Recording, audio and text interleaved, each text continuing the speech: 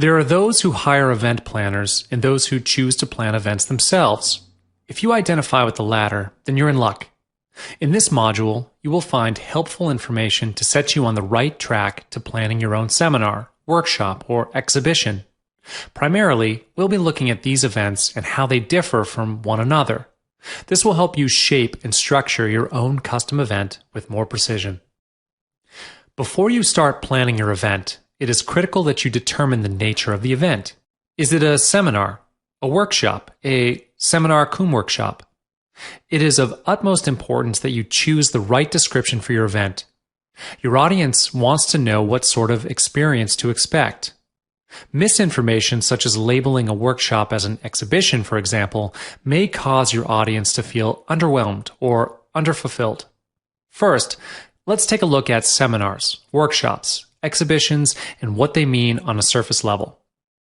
Seminars are events which are educational in nature, focusing on one or more subjects. A lecture is delivered by an expert in the field, followed by a discussion or question and answer session. The subject or subjects covered in most seminars tend to be either academic in nature, motivational, or skill-based, such as web marketing and online trading. Workshops are similar to seminars in the sense that they are also educational. However, a key difference between workshops and seminars is that workshops have a more hands-on element.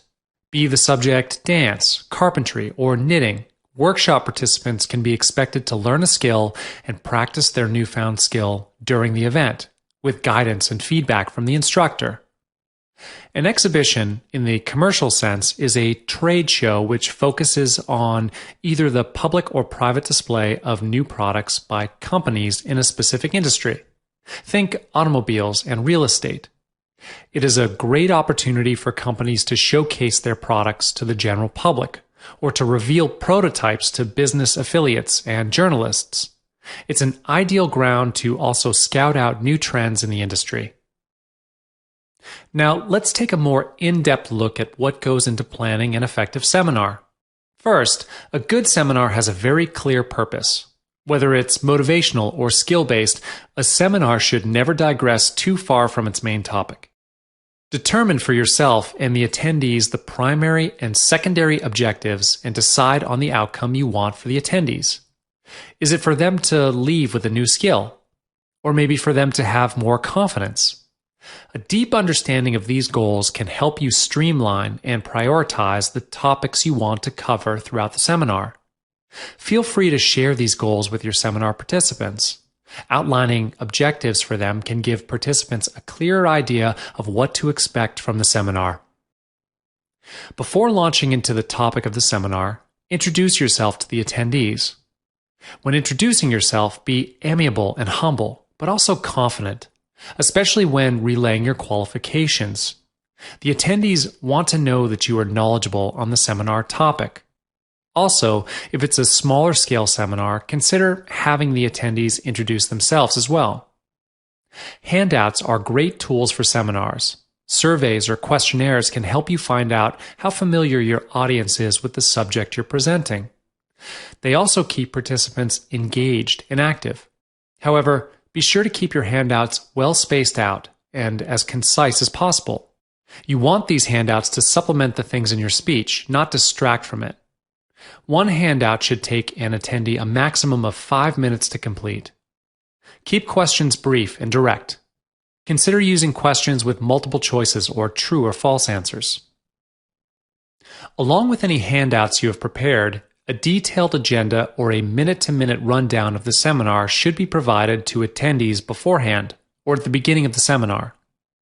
This agenda should include topics to be covered and break times. If your seminar is split into parts, it should also list the starting and ending times of the next sessions as well. Go through the agenda with the attendees.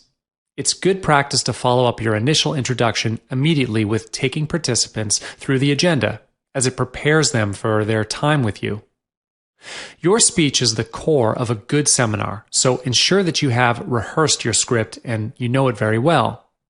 Do also provide moments in your script for crowd interaction. It prevents attendees from drifting off and from the seminar feeling like a university lecture. Familiarize yourself with any slides, visuals, or audio clips you may want to use and know exactly when you want to use them. You should rehearse your script with all relevant technical equipment, such as projectors and microphones, before the day of your actual seminar. This will ensure that the flow of your presentation is smooth and well-paced. Now, let's move on to planning an effective workshop. Due to the heavily hands-on nature of workshops, where attendees can spend more than half the time actively participating, it's important to do an ice-breaking session. This helps attendees loosen up and get comfortable with one another, which is vital, seeing as a workshop cannot be successful without active participation from all in attendance. Try getting them to play a simple game to shake off their initial nerves. Unlike seminars, which can have an attendance ranging from 20 to 2,000 people, workshops work best in smaller groups. A good range would be 15 to 40 participants. It gives you a large enough pool of people to offer unique views while remaining exclusive enough to foster real, meaningful friendships. You can also size your workshop according to the manpower you have at your disposal. If you have 5 facilitators in total, a workshop for 40 participants is possible. If there's only 2 of you, 15 or 20 people is a manageable amount. The right venue is also essential in creating a good workshop experience. Some factors to consider are size and facilities. Your venue must be large enough to accommodate the facilitators and participants, as well as have enough space for any activities you have planned. Be sure to also find out if the venue is prepared with projectors and a sound system. Even if you have no plans to use it, a standby microphone could come in handy. When crafting your workshop agenda, it's best to teach a few things in greater depth rather than rushing through an entire syllabus. You will have to prioritize. Try asking your participants which portions of the workshop they are most keen on learning and which portions they find most difficult. Keep your agenda flexible to accommodate these changes. If your workshop is supposed to run for 6 hours, try building in 10 to 15-minute break times after every hour. Depending on how much ground you need to cover, you can then subtract or add break times where necessary. Don't slash too many minutes off their break time, though. Downtime is vital for participants to catch their breath. During your workshop, you may encounter participants who are nervous about speaking up in large groups of 40 people. This is where breaking people into smaller groups can help. Some people are more comfortable interacting in more intimate groups. Besides that, group exercises are a fun and effective way of allowing participants the chance to form lasting bonds which they will always link back to your workshop. How's that for brand loyalty? Next, let's discuss planning an effective exhibition booth. First, define clear objectives for the staff manning your booth. Quantifiable targets work best in this case. Examples of quantifiable objectives are conduct 50 research interviews or get 200 new leads. These objectives are easier for your team to understand as opposed to vague goals such as to increase brand awareness. Location plays a vital part when it comes to exhibiting. With many other businesses exhibiting at the same venue, competition is all around. Book your exhibition site as early as possible and negotiate with the event organizer for the better locations. If it's within your budget, try to get a central location. If not, opt for a site close to the entrance or exit where there is heavy traffic. When it comes to booth design, use the 3-second rule as a guide. In the 3 seconds that it takes for a visitor to pass by your stand, they should know who you are, what they do, and why they should choose you. Accomplish this by ensuring your brand name and the product you're most known for are visibly advertised around your booth. The staff who man your booth are crucial to your booth's success. Remind your staff to approach visitors with open-ended questions such as, "How may I be of assistance?" instead of yes or no questions such as, "Can I help you?" The goal is to encourage prospects to share their wants and needs. Exhibitions usually go on for at least 2 days, and some last a whole week. Debriefing your team at the end of each day is crucial to keeping track of your goal progress. Find out what tactics worked and didn't work for your team. And at the start of the next day, brief them again and motivate them to go out and do their best. Businesses are only as good as their weakest team member, after all.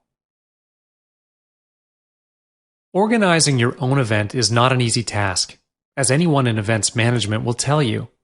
Having covered the basics of event planning in the previous module, we will now delve into the nitty-gritty details that go into planning an event effectively. Before anything else, the first thing to do when planning an event is defining your broad goals and objectives. This will help you shape your event program in line with what you want to achieve. Is it to improve community relations, to build a larger donor network, or to start a new movement? Having clear goals will also reduce the risk of wasting your precious time and money on things which are of less importance. Next, you need to come up with a rough program outline. What is the main attraction of the event? What other elements can complement this? Are there performances? How long should the whole event last? Is there a specific theme? This outline is a basic starting point for you to build on with your team.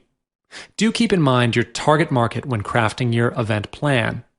A mother of two from a lower income household would enjoy events differently than a young working professional. When it comes to events, the use of the technical equipment can either make your show a standout or a dud.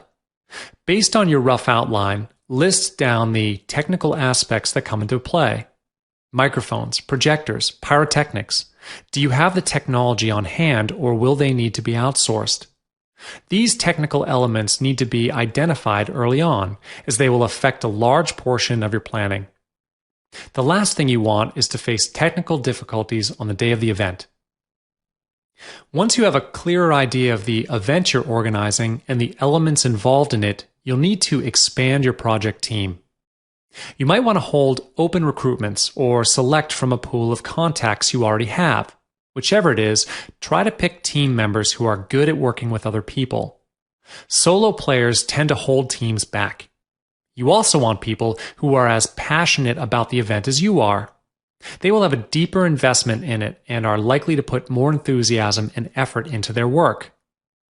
When you are happy with the people you have recruited, start breaking them into smaller teams. Designate specific tasks to each team, such as marketing, food and beverage, talent liaison, so on and so forth.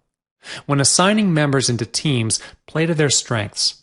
Someone charismatic, for example, would be more valuable in the marketing team as opposed to the F&B team. The next step is to create an organizational chart. It might seem like a no-brainer, but drawing out a chart and sharing it with your team will keep everyone informed of the chain of authority. It also gives them a bigger idea of where they'll fit in and who they should report to. Another thing to note is that the flow of information should always be flowing from the top of the organizational chart to the bottom, and vice versa. Now it's time to find the right venue for your event. During your research, look for places that are easily accessible. Select a venue which is easily reached by road and not difficult to find. You also want a venue which has facilities such as dressing rooms and meeting rooms available. These will come in handy as storage and rest areas. Think about suitability as well. If you are inviting dignitaries or government officials, look at ballrooms and hotel banquet halls. If you have pyrotechnics, perhaps consider an outdoors venue or a hall which leads into an outer garden area. Once you've shortlisted your venue options, schedule a viewing and bring along 2 or 3 team members with you. This preliminary visit to the venue is a great way to scout out the facilities available. And though the venue supervisor will likely be able to share a measured floor plan with you, it's better to bring along a measuring tape. Do not be afraid to ask questions regarding booking procedures, technical equipment, and any other concerns you may have. Be sure to also take as many photos as possible. From the front entrance to the backstage dressing areas, these photos can be very valuable in getting your team familiar with the venue before the event. Another important aspect when booking a venue is the paperwork. Depending on the event that you're running and the location of the venue, you might need to apply for permits or licenses. If you're unsure of what documents you'd need, the venue supervisor should be able to advise you, or you can contact your city council for information. Cover all your bases and get expert legal advice before signing any contracts too. Planning and strategizing is worth nothing if you do not have an on-site team to execute plans. On-site management is one of the most vital aspects to a successful event. Be sure to assign and secure spaces for the registration to take place and for the catering, if any, to be set up. Also, look into securing parking bays for any VIPs who will be in attendance and, if possible, secure some for your team members, especially the runners or people who travel frequently to and from the venue. A key to a smooth on-site workflow is to have a project supervisor who does nothing but supervise. Delegating extra tasks to your supervisor, such as manning registration counters, is not a good idea. The supervisor should be roaming about the venue and tracking the overall progress of the event, keeping an eye out for anything out of place. Supervisors sometimes have extra tasks thrust upon them due to a few members of the event team taking breaks at the same time. This is especially common when it comes to larger scale events or day-long events. To avoid this, create a rotation schedule for all on-site crew. Depending on the size of your team and the duration of your event, plan breaks for your team in batches of 2 to 5 people at a time, every 30 to 45 minutes. After the event, regardless of how tired you are and your team will be, remember to return the venue back to its original state. Equipment or furniture which has been outsourced should ideally be transported back to the vendor on the same day. This is to avoid extra rental surcharges. The venue should also be swept and stripped of any decorations your team may have installed. It may or may not be stated in your letter of agreement with the venue, but it's common practice to tidy up after an event. Another important aspect is the post-event debrief. A debrief is important to review the success or failure of an event and also to troubleshoot any problems that might have occurred during the course of the project. Traditionally, a debrief session is held with key stakeholders and core committee members. However, it's also advisable to hold a smaller scale debriefing for other members of the team, including volunteers. This smaller session is primarily to touch base with them regarding claims and outstanding payments. All financial matters such as payable invoices and monetary claims should be cleared as soon as possible. Strive to pay off all vendors and suppliers first, then move on to paying individuals. However, you do not want to still be settling payment 2 months after the event. Try your best to keep it to 30 days. If for any reason you need to delay payment, keep them informed. Silence on your part will cause those who haven't been paid agitation, and you do not want them complaining about you or your team. Now that you have a clearer idea of the logistics of event planning, let's go through some quick tips which you should keep in mind. Always communicate your requests and tasks with great detail. For example, avoid using vague terms when setting deadlines. Be specific. 2 p.m. this Friday. Give someone a clear idea of when something is due, as opposed to Friday afternoon. Remember, the more information, the better. Another tip is to document everything. Photos, meeting minutes, contracts. Not only will compiling and documenting be helpful for your team to track progress, but these documents can also be used later on to build a corporate portfolio. The saying, "expect the unexpected," is one which is used often during events because regardless of how smoothly your pre-planning phase goes, there are some things which are unavoidable, such as rain or the electricity cutting off. If something goes wrong, which 9 times out of 10 it will, keep your cool. Take it in stride and find the best, quickest solution. Try to use your foresight during pre-planning to come up with contingency plans for common errors. Events can sometimes bring out the worst in people. In the heat of the moment, voices might be raised and feelings hurt. Whether you're speaking to a subordinate or a superior, always say please and thank you. It may not diffuse a tense situation, but it will prevent tensions from escalating.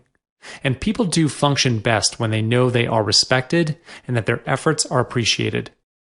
Common courtesy goes a long way, and events are no exception. For every idea, there will be a time when you have to present it and ultimately sell it. For some, this is a real big challenge because they do not know what to look for when presenting, or they don't know what people look for when presented. Here, in this module, I'm going to teach you how to avoid this and nail an event pitch. To give you an idea of what this module is going to be about, let me tell you the essence of a successful pitch. Preparation is key. Just like any other presentation, preparation will be your strength and force. So, in these next few minutes, you will learn how and what to prepare, and ultimately, what makes a good pitch. Before we go any further, why do you think we need to have a good pitch? Well, the reason why pitching is important is because the competition in the event organizing business is fierce. Anyone with a phone and good contacts can be an event coordinator. Clients are spoiled for choices. They've been approached by countless of event coordinators with ideas and proposals, especially for big corporations. The only way for them to make a choice is to value the coordinators by experience and by a very good pitch. Even when you have $1 million idea, but you can't relay the message, it would work against you. It's easy to fall into the mediocrity trap if you don't know the principles of a good pitch. It is difficult, and it does require a lot of learning, but once you have a good grasp of how it's done, it will be easy for you. When you pitch for a speaking engagement, the first thing you need to talk about is, well, the speakers. They are the highlight of the function, so they are the ones you should sell.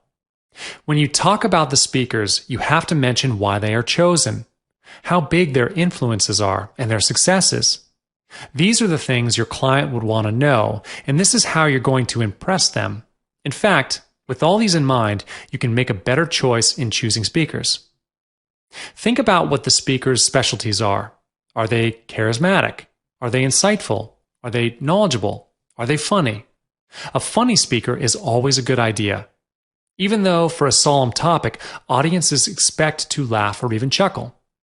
It's better if you've seen the speaker give a talk before so that you can sell your experience. After that, you have to talk about their achievements, of course. You must think about their credentials and why they're invited to give a talk at the event you're proposing. Is the speaker someone famous? Has the speaker won many awards?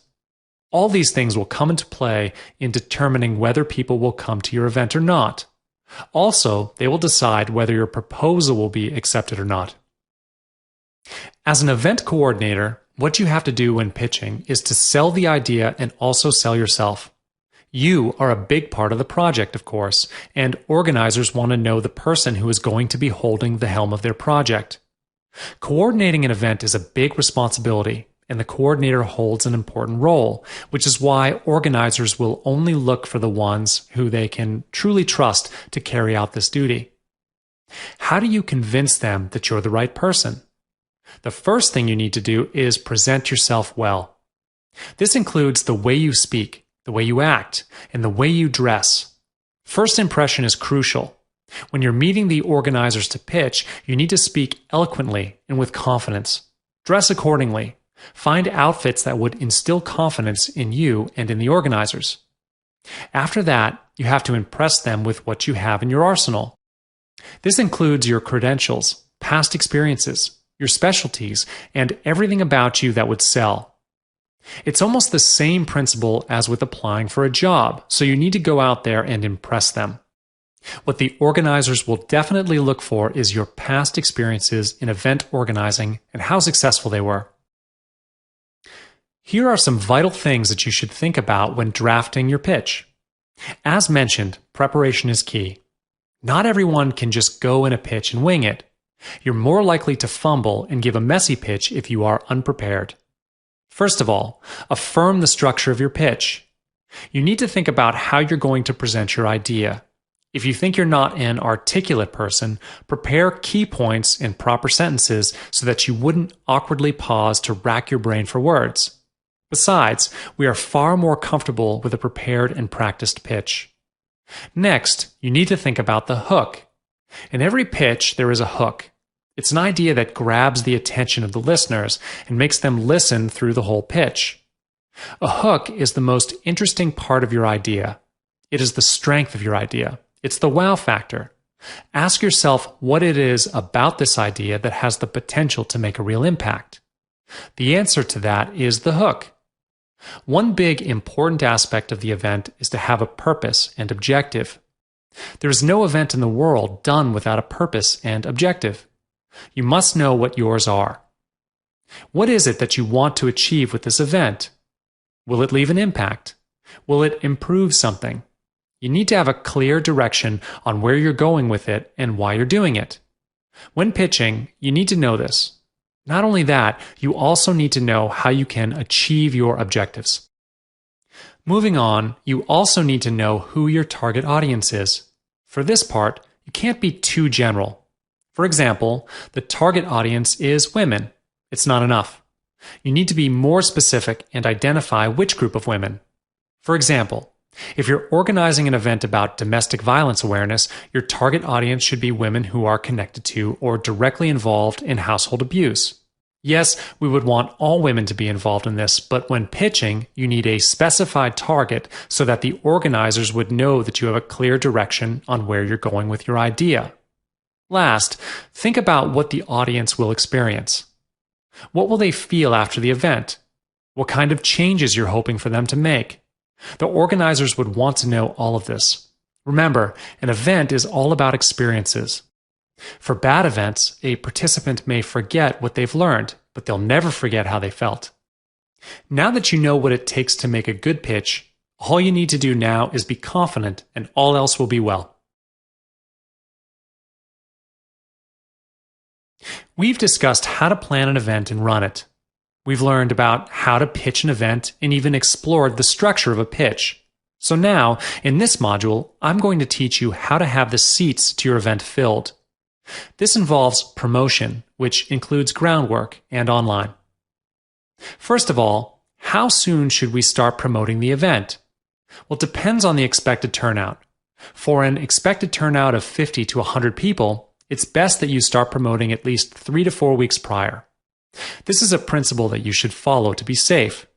Experts with a huge following and influence can do it in less time than that, of course. With their reach and influence, they're allowed to do it.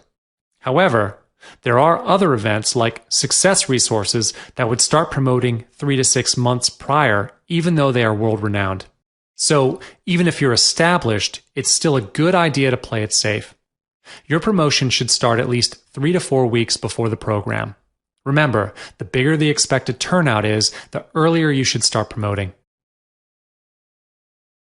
What you'll need are promotional tools first. This includes posters, banners, graphics, emails, and flyers. All these are basics for promotion. You can get them from a graphic designer. For the posters, banners, and flyers, you'll need to print them way earlier than the start of the promotions so that you'd have room to make changes should you not feel happy with the graphics. Posters and banners should be up at the venue as soon as they are printed. Moving on to the next step, which is using the right tool to promote. The most accessible of all tools is, of course, social media. Social media presence is very important. So what you need to do first is to have an account in all major social media platforms such as Facebook and Twitter. Create a Facebook event page. It's free and it doesn't take a long time to prepare. A reason why you should use Facebook, other than it being one of the most powerful communication tools available, is that it can allow invited members to invite their friends and share the page.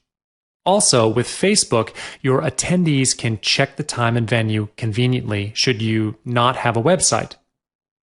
You can also use the page to address any concerns from the attendees in the post updates. With Facebook, they're allowed to post and comment on posts on your wall, and it's imperative that you reply and communicate with them. An inactive Facebook page doesn't really make a good impression. On Twitter, open an account for your event. This is more about promotion than getting direct response for RSVPs or feedback like on Facebook event pages. So what you need to have for the Twitter account is basic information about your event, but most importantly, a hashtag. You need to come up with a short and recognizable hashtag such as, let's say your event's name is Internet Marketing with John Q. Your hashtag can be its acronym, which is IMJQ. This is so that it is memorable, and also it doesn't take as much space for a tweet. With Twitter, you can still communicate with the audience, but it only allows 140 characters per post. This doesn't really give you the liberty to communicate well. What big companies usually do is that they move the communication from Twitter to emails should there be complaints or concerns. Other than Facebook and Twitter, you can even use a mobile app to promote your event. For example, you can use Eventbrite. Not only can you use it to promote your event, but it also allows your attendees to purchase the event tickets via mobile and online. Eventbrite will charge a certain percentage to each ticket sale you make, but for the dependable service it provides, it's definitely worth it. And if your event doesn't have an entrance fee, then you can use Eventbrite to promote and get RSVPs for free. A promotional method that almost all events use, from a speaking engagement to an opera performance, is early bird pricing. You are, I'm sure, familiar with early bird pricing. It's what we look for whenever there's an event. Getting a lower price for an event ticket just for purchasing it early sure is a good deal. There is no reason for your event to not have an early bird pricing, even if your event is not as big as concerts or festivals. Having an early bird pricing gives the people a sense of urgency, and the chances of making the sales are higher. You can set an early bird pricing by 2 stages, giving discount for early birds and standard pricing for the rest, or by a series of stages. For example, for 7 to 5 weeks early, the price for a ticket is $75. For 5 to 3 weeks early, the price increases a little bit to $90. For 3 weeks to the day of the event, the price is set to standard. You can also leverage on your sponsor for promotion.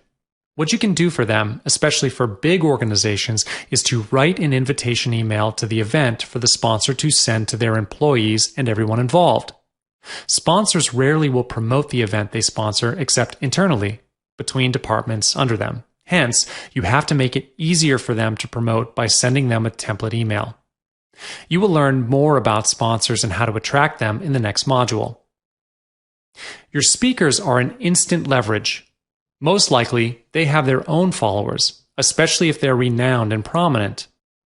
What you should do is get them to promote the event through their social media accounts such as Facebook and Twitter, and also on their website. Just like for the sponsors, as I've mentioned in the previous slide, you should make the promotion easier for them. You should send them the event poster or link to the event and all the other promotional tools that you've prepared so that the speakers can share them. For truly influential and renowned speakers, their reach might be bigger than yours. When you do the content for all the promotions, whether content for your website, Facebook posts, Twitter posts, and even emails, what you should remember is these magic words: features tell and benefits sell. An event is all about the attendees and their experience. It's more about them than about the speakers or even you. And your promotions share about what the attendees will gain, not only what will be taught, but mostly about what they will experience. Do you always have trouble finding sponsors? Has it been a frustrating and fruitless endeavor? In this module, we're going to put an end to that. Welcome to another module of Event Organizing Made Easy, where you'll learn about sponsors and how to attract them. Before we go any further, why do we need sponsors for our events exactly? Well, the first and obvious explanation would be that they provide financial support. It's always a great idea to have a pillar that will help out on some essentials that would hurt your budgeting. For some events, coordinators may not have the budget on amenities yet, as they would only get returns after the event. So they need money up front. Having sponsors would really help in such situations, and this situation is very common. Also, having established sponsors would make your event more validated. This will help your event with publicity and recognition. With big sponsors especially, you might even get the attention of the media. More people would flock to your event when you have sponsors who are renowned. Before we go into the details of how to attract sponsors, we must first know why is it that big companies sponsor events. When we know what they gain from a sponsorship deal, only can we know how to approach and convince them. One of the reasons why organizers do sponsorships is, of course, brand visibility. It's part of marketing, really. They want their brand to be as visible as possible so that they'll be well known, and this usually brings profit for them. They also want brand recognition. Sponsorships can really help strengthening their brand and image, especially when an event involves charity. The company would be interested to be a part of it. First, because it creates good publicity for them, and also, some companies show support to a certain cause. Another reason why companies would sponsor a certain event is so that they could sample their products. Some sponsors, for example, an isotonic drink company, would request a spot in the ground of the event so that they could distribute their samples to the participants. Just like for the purpose of brand recognition, this allows the sponsor to expand their reach and will help them with profit. Above all else, some companies will sponsor events because they are bound by duty.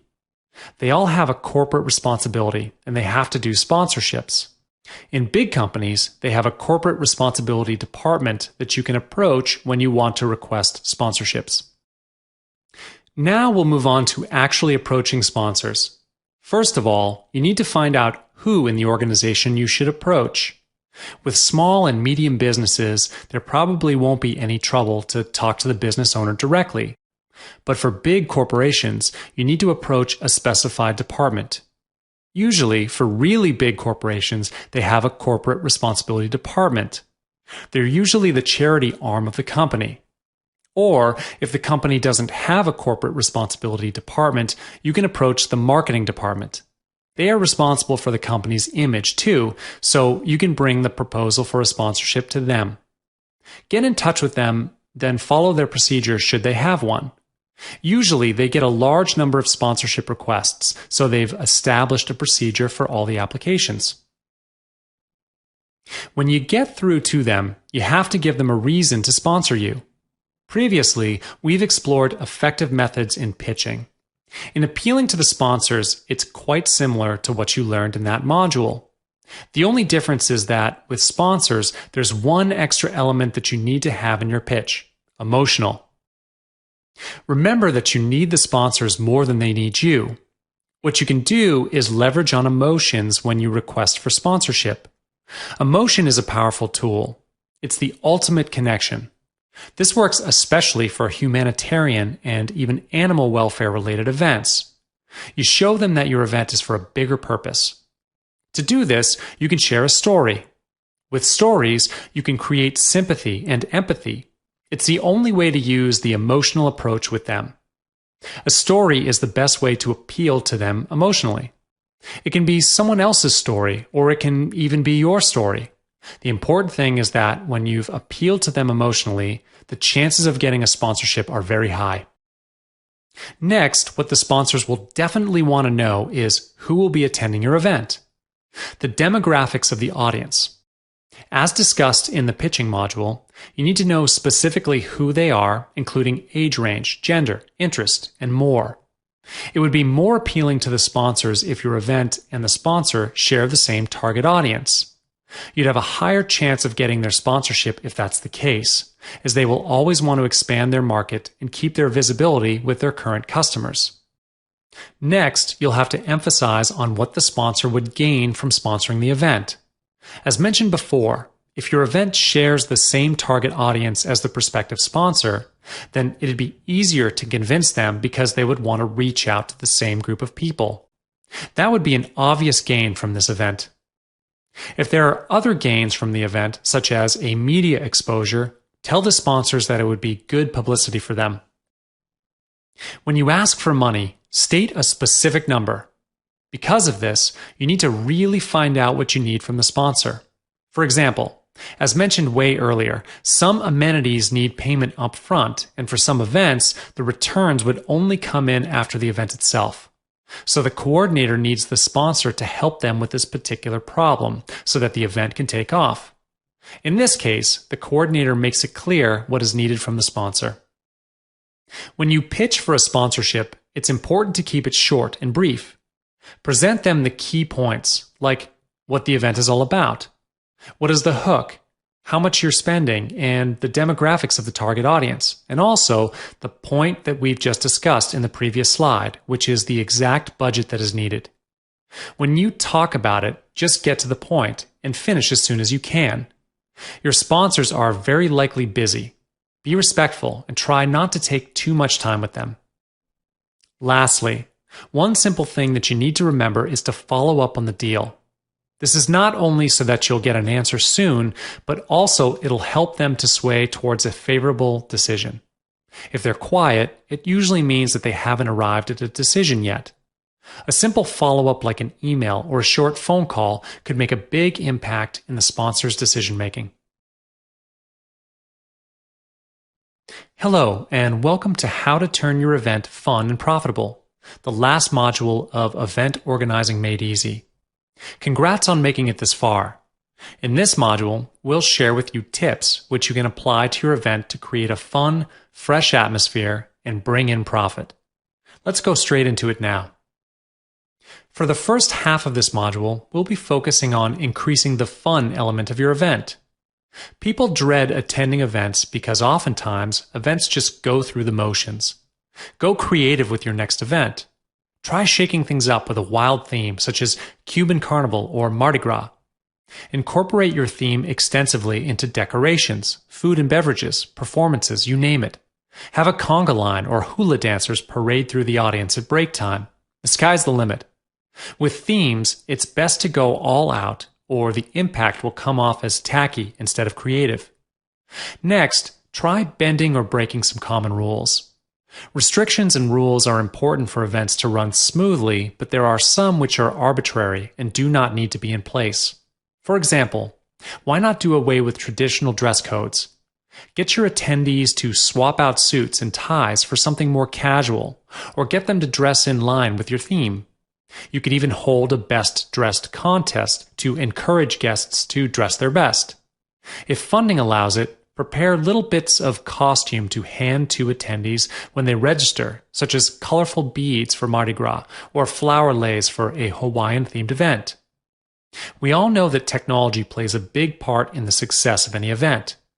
Using technology in innovative ways can spice things up and give the audience something to talk about.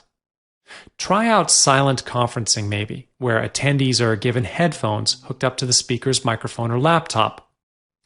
This works great in larger venues where people seated at the edge sometimes need to strain their hearing. Take it one step further and use tablets to display videos or quiz the audience. Give them things to see, touch, hear, taste, and smell for a truly unique experience. People have fun when they feel like a part of something. However, because of the traditional proscenium seating arrangement where audiences are on one side of the hall and presenters are on the other, there exists a lecture-style separation which sometimes gets in the way of the audience's enjoyment of an event. Try to bridge this physical and mental distance by spending 10 to 20% of your time in the seating aisles. Get up close and personal with the audience. You can even opt for a more inclusive seating arrangement. Arrange seats in a circle or triangle with the stage or podium being in the center. Nothing is less fun than attending an event and feeling like you don't fit in. This is why your team should be mingling with guests whenever they can and be on the lookout for wallflowers, the shy ones who keep to the edges of the room. Strike up a conversation with them and find out what they do. Let them know subtly that their attendance is appreciated and help them blend in. Introduce them to other people at your event or pair them up with other wallflowers. Also, being told no is rarely fun, so do refrain from shutting down ideas and opinions when mingling with your guests. Try your best to keep the conversation going. Especially after seminars and conferences, some audiences will want to share their ideas and thoughts. Always hear them out. It might not be fun for you to listen to a 10-minute recap of the seminar you just delivered, but your guests will appreciate your attention and affirmation. One of the best ways to make your event fun is by getting audience participation. Interactive elements add a personal touch to events. Think up games, quizzes, and contests for your audience to participate in, or have product demonstrations with the help of a volunteer audience member. These simple tools can turn a passive audience into an active, interested one. Win the lucky volunteers over even more by rewarding them for their participation with things like gift vouchers and token souvenirs. You won't be able to get everyone on stage to help with demonstrations, so be sure to also encourage lots of cheering and applause during your games and activities. It'll reduce the risk of people feeling left out. You could also get them to vote on the issues you cover in your presentation. This ties in with what was mentioned earlier regarding people wanting their opinions to be heard. One tool that can prime audiences for active participation is preparing a blank canvas or wall for guests to express themselves. Yes, we know this sounds strange, but truthfully, humans cannot resist a bit of sanctioned graffiti. Prepare a blank canvas or wall at the entrance of your venue for guests to leave their signature. Pen down their thoughts on the event, or just showcase their doodling skills. Just remember to keep lots of marker pens and Sharpies on standby. Now that you have a few more ideas for creating a fun event, it's time to get down to the business side of things. We've covered how to sell seats to your event in a previous module, and that will be where the bulk of your profits come from, but there are other things you can do for your event to turn in extra profit. Getting sponsors is the #1 way to make your event profitable. Most sponsors contribute funds that you can use to offset costs or products that you can use as gifts for contests. With sponsored products, you can make profit by listing them as prizes in a raffle. People pay a small amount to purchase numbered tickets, and at an appropriate time in the event, a random number will be selected. The holder or holders of corresponding tickets will win the prize. The best part about raffles is that all the revenue goes directly to your business. Just be sure to consult your sponsors before offering their products as raffle prizes. Another option is renting out advertising space on your publicity collaterals. Invite local businesses to buy ad space for a small fee. You can sell advertising space on your program books, tickets, flyers, even your website, basically any media which is accessible to your audience. However, keep in mind that you have sponsors to advertise as well, and ensure that the advertisement space that you rent out does not overshadow that of your sponsors.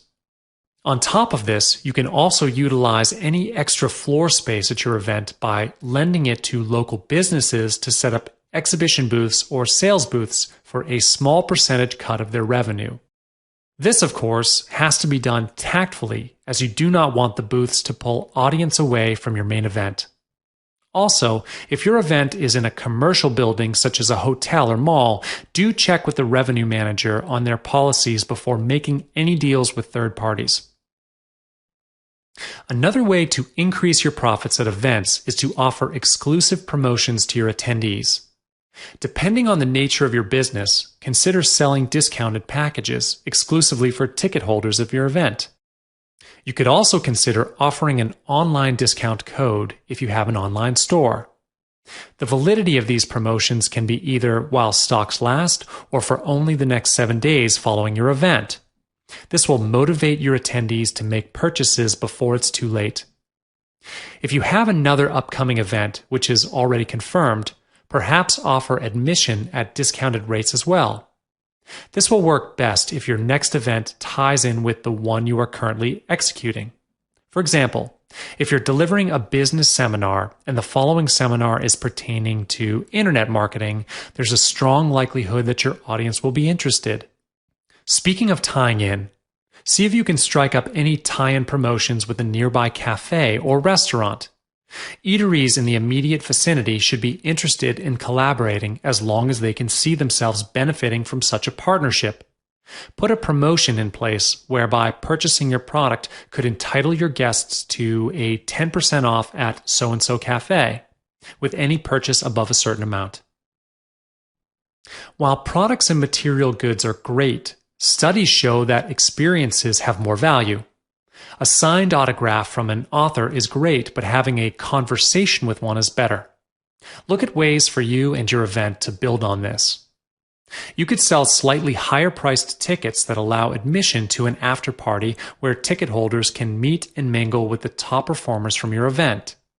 If an after party sounds like too much hassle, offer a quick backstage tour or special meet and greet privileges to guests who are willing to purchase tickets with marked up prices.